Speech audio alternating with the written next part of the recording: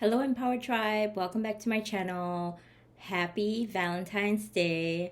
Today is fitting. It's a day of love, and I thought I'd come to you with a video about Valentine's Day. First of all, Valentine's Day is a day of love, and I think it's a day of appreciation because it's a day that we show our loved ones how much we care about them. And so I want to extend my most happiest of Valentine's Day to you. I hope you have a fantastic day with your loved ones, whether it be your husband, your boyfriend, your significant other, your children. I think it's really important for us to appreciate the things that they do for us that we take for granted for every single day. But I think the most important thing is to not just do this on Valentine's Day, although it's a good reminder because we all could see, Valentine's Day is coming with all the stuff that's stocked on shelves in the store and Valentine's Day cards. But really taking a little more of a deeper look into your relationship and to appreciate the person that you've come to love, appreciate the person that your kids have become, and to appreciate, how wonderful life is with them in it. I'm sure all of us have dived into, if you have not heard, the author Gary Chapman on love languages. If you are interested, Google Gary Chapman, and there is the different language of love that speaks to us, not to us, just ourselves, but also to our significant other, our loved ones, because we all have different love languages that speaks to us, and so certain actions and behavior would make us feel more loved. I think it's really important to not just look at Valentine's Day as a day of love for others, but really to take a good look at the love that you have for yourself. I think it's important for us to dive into that too. Self love is so important. It's becoming more and more important as we, are in this COVID times.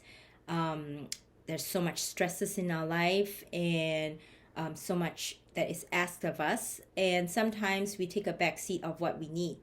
And as much as a lot of us dive into the love languages of others, we are not really sure about what our own love language is.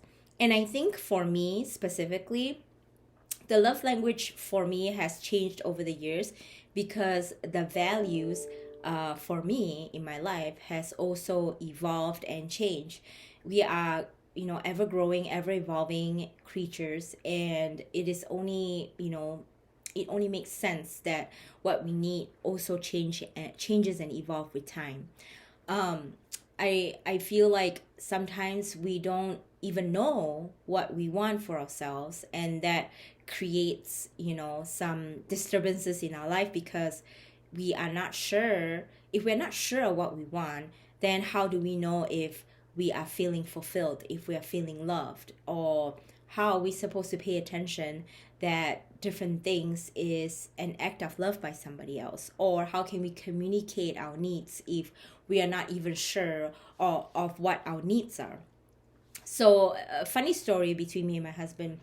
um he is a very expressive person, and I've kind of recognized that over the years now, and it really doesn't bother me because what I found out about his love language is more in terms of act of service. um and that's how he shows his love to me. And he's not necessarily a lovey-dovey person, but I think he is more now than he ever was. And obviously that also determines by the quality of your relationships.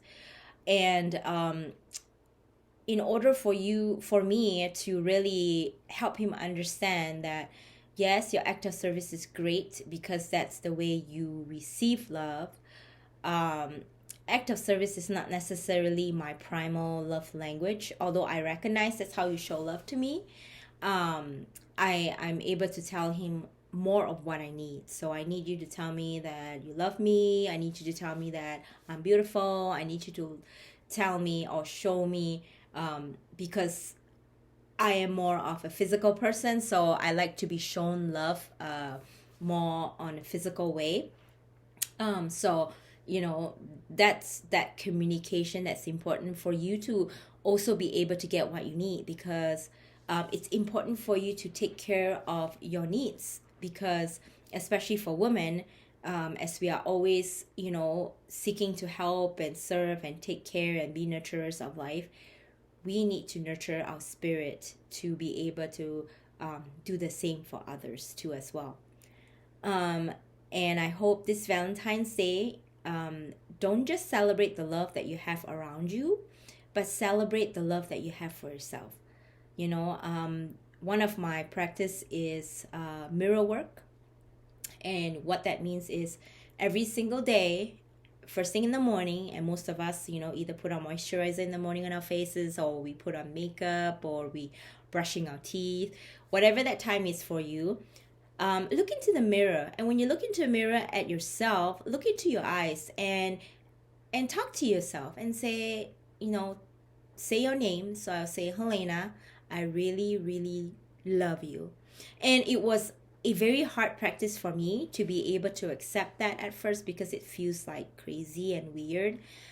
But the first feelings that came up for me was this uncomfortableness, because I think it feels weird, for one, and for two, I didn't quite believe what I'm saying to myself. But over time, there is an acceptance of the person that I see in front of me, who is myself.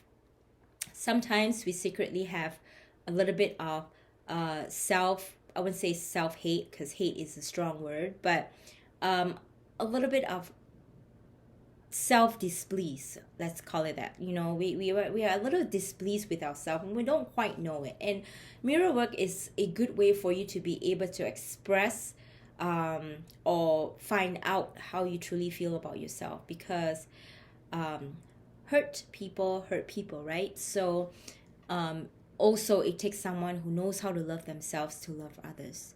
So this Valentine's Day, I want to leave you with this message, to not just show love to the people around you, but take some time to show love to yourself.